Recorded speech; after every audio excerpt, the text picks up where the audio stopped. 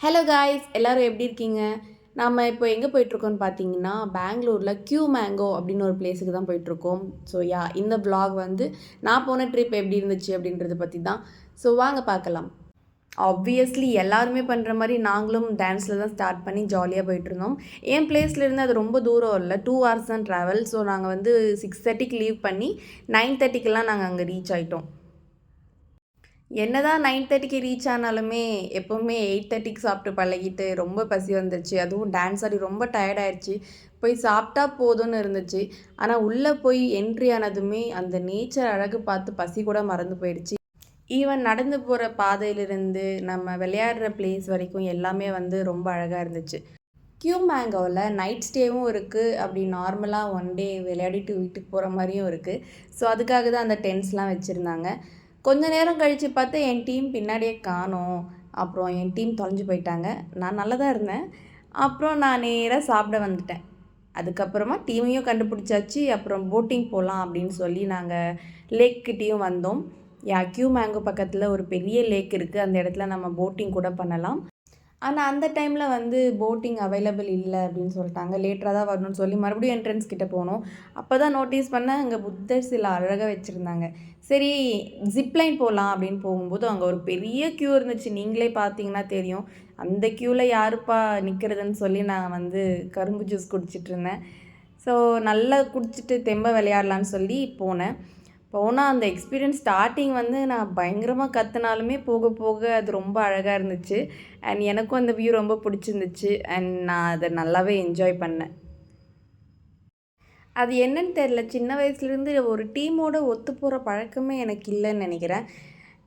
எப்போவுமே எனக்கு அது எந்த விதத்துலையும் பாதரும் பண்ணுறதில்ல. என் டீம் எங்கே இருக்காங்கன்னு எனக்கும் தெரியல, நான் பாட்டுக்கு எங்கேயோ போயிட்டே இருக்கேன். யாரோட டைம் ஸ்பெண்ட் பண்ணனோ இல்லையோ, ஆனால் என்னோட நான் நல்லாவே டைம் ஸ்பெண்ட் பண்ணேன். It was nice. 2 hours நான்ஸ்டாப்பாக டான்ஸ் ஆடி அந்த ஜிப்லைனுக்காக மலை ஏறி இதெல்லாம் பண்ணுறதுக்குள்ளே எனக்கு ரொம்ப டயர்ட் ஆயிடுச்சு. அதனால் வந்து யாருமே இல்லாத இடத்துல நான் கொஞ்சம் ரெஸ்ட் எடுக்கலான்னு சொல்லி வந்துட்டேன். நிம்மதியாக இருக்கிறது ரொம்பவே முக்கியம். So I am gonna take rest.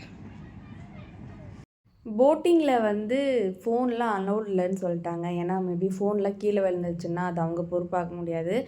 So ஸ்டார்டிங்லேயே வந்து நான் கத்திட்டேன், ஏன்னா this is my first time. சரி அவங்க சொன்னாங்க, இன்ஸ்ட்ரக்ஷன்லாம் கொடுத்தாங்க. நாங்களும் வந்து பெடல் போட்டு போயிட்டே தான் இருந்தோம். என் கூட இருந்த பார்ட்னர் எனக்கு ஒத்துழைக்கவே இல்லை. நம்ம தூரம் போகணும்னு சொன்னால், அப்பா வேண்டாம் போகலாம் அப்படின்னு சொன்னேன். நான் ஒரு டைரெக்ஷனில் பெடல் போட்டால் அந்த பொண்ணு இன்னொரு டைரெக்ஷனில் போடுது. She doesn't want to return back. இன்னும் ரொம்ப தூரம் போகணும் அப்படின்னு அவன் நினச்சா. அப்புறம் நடுவில் வேறு ஷேக் ஆகிட்டா. எனக்கு வேறு பயம் வந்துருச்சு. எனக்கு ஸ்விம்மிங் வேறு தெரியாது. ஆனால் இந்த ட்ரிப்பில் நான் ஸ்விம்மிங் கற்றுக்கணுன்னு ரொம்பவே பிடிவாதமாக இருக்கேன். ஆன் த வேல எனக்கு ஒரு ஷெல் கிடச்சிது. ஸோ அது வந்து அந்த பெடலை வச்சு அப்படியே லிஃப்ட் பண்ணால் அது என் கைக்கு வந்துடுச்சு. It's very cute. அதுக்கப்புறமா நீங்கள் வந்து சொன்னாங்க மட் கபடி இருக்குது அப்படின்னு சொல்லி. அப்பா மட் கபடிலாம் வேண்டாம் எனக்கு. சும்மாவே நான் கபடி ஆட மாட்டேன், இதில் மட்டில் வேறு நான் கபடி ஆடணுமான்னு சொல்லி நான் போகல. அண்ட் யாருமே போகல என் டீம்லேருந்து கூட. அண்ட் ஒன் மோர் திங் வந்து எனக்கு கியூ மேங்கோவில் சுத்தமாக நெட்வொர்க் கிடைக்கல. நானும் என் ஃப்ரெண்டோட ரீல் பண்ணணும்னு ஒரு இடத்துக்கு போனேன். எனக்கு சுத்தமாக நெட்வொர்க்கே கிடைக்கல. அதுக்கப்புறமா ரீல் பண்ணாமலே ரிட்டன் வந்துட்டோம். Again it's time for lunch வந்து பார்த்திங்கன்னா எல்லா ஐட்டம்ஸும் வச்சுருந்தாங்க. என்னது காலிஃப்ளவர் வச்சுருந்தாங்க, ரைஸ், ரசம், சாம்பார், சப்பாத்தி எக்ஸட்ரா எல்லாம் வச்சுருந்தாங்க. அதுக்கப்புறம் சாப்பிட்டு நான் லேக் கிட்ட கொஞ்சம் நேரம் ரிலாக்ஸாக உட்காந்துட்டு இருந்தேன். ரொம்ப நிம்மதியாக இருந்துச்சு. ஆக்சுவலாக அந்த லேக்கை பார்த்துக்கிட்டு, அந்த எவ்வளோ பெரிய லேக்கை பார்க்கும்போது நம்ம ப்ராப்ளம்ஸ்லாம் ரொம்ப சின்னது அப்படின்னு தோணுச்சு. அதுக்கப்புறமா பூலுக்கு போனோம். அங்கே தான் சம்பவமே நடந்துச்சு. நான் பாட்டுக்கு தனியாக விளையாடிட்டு இருந்தேன். ஆனால் ஒரு பொண்ணு வந்து என்னை பிடிச்சி என் மேலே ஏறணும்னு பார்த்தா, என்னை புஷ் பண்ணிட்டா. ஸோ நான் அந்த பொண்ணு வெயிட்டுக்கு 2 பேருமே வந்து மூழ்கிட்டோம். என் மேலே என் தலையில் இருந்த கவர் கூட வந்து பறந்து போயிடுச்சு. அந்தளவுக்கு நான் வந்து மூழ்கிட்டேன். அந்த பொண்ணு என்னை விட்டாவாச்சும் நான் எழுந்திருக்கலாம். ஆனால் அந்த பொண்ணும் விடலை. அந்த பொண்ணு என்ன நினைக்குதுன்னு தெரில. ஆனால் அவள் வந்து என்ன புஷ் பண்ணி எழுணுன்னு பார்க்குறா. நான் மூழ்குனேன்னு அவளுக்கு தெரியுமா தெரியாதான்னு கூட எனக்கு தெரியாது. நான் சொல்லப்போனால் கிட்டத்தட்ட ஒரு ஆள் வெயிட்டுக்கு இருந்த பூலில் நான் கிட்டத்தட்ட கிரவுண்டுக்கே போயிட்டேன். அந்தளவுக்கு மூழ்கிட்டோம். நல்ல வேளை ஒருத்தர் என்னை பார்த்து எங்களை வந்து லிஃப்ட் பண்ணணும்னு நினச்சவங்களும் மூழ்கிட்டாங்க. அதுக்கப்புறம் அந்த பொண்ணை பார்த்ததுனால எல்லாருக்கும் தெரிய வந்துச்சு. It was really horrible. எனக்கு அந்த எக்ஸ்பீரியன்ஸ் பார்த்தீங்கன்னா ரொம்ப மோசமாக இருந்துச்சு. ஸ்விம்மிங் தெரியாமல் அந்த உள்ளே போய் மாட்டிக்கிட்டது. ஒருவேளை யாரும் பார்க்கலன்னா ஐ ஃபெல்ட் ஸோ பேட். இந்த படத்தில் வர்ற மாதிரி it was very scary. So அதனால நான் அப்போ டிசைட் பண்ணேன் ஸ்விம்மிங் கற்றுக்கிட்டே ஆகணும் அப்படின்னு சொல்லி. அதுக்கப்புறம் ரெயின் டான்ஸ் கூட எல்லோரும் போனாங்க. ஆனால் நான் போகல. அந்த தண்ணியை பார்த்தாலே எனக்கு ஒரு மாதிரி பயமாக இருந்துச்சு. ஸோ நான் ரெயின் டான்ஸு கூட போகல. I was very scary and ரொம்ப சிக்கான மாதிரி ஐ ஃபெல்ட். அதுக்கப்புறம் ஃபைனலி இருக்கிற நெட்வொர்க்கை வச்சு கஷ்டப்பட்டு ஒரு ரீல் எடுத்துட்டேன். அந்த சீக்ரெட் சாண்டா கேமில் கிறிஸ்மஸ்க்காக விளையாடும்போது அவங்க தான் என் சாண்டாவாக வந்திருந்தாங்க. ஸோ ஒரே ஷர்ட் வந்து வாங்கி கொடுத்தேன் ட்ரிப்பில் போட்டுக்கலான்னு சொல்லி. அப்புறம் நாங்கள் வந்து ரிட்டர்ன் போயிட்டுருக்கோம் வீட்டுக்கு. நான் எல்லாருமே வந்து அந்த வைதிஸ் கொலவெறி பாட்டுக்கு தான் வந்து வைப் பண்ணிகிட்டு இருந்தாங்க. எல்லா மல்டிபிள் லாங்குவேஜ் பீப்புள் இருப்பாங்க. But everybody knew this song and so எல்லோரும் வைப் பண்ணிகிட்டு இருந்தாங்க.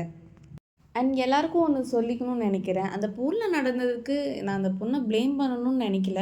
பட் வந்து தண்ணியில் விளையாடுறது அவ்வளோ சேஃப் கிடையாது.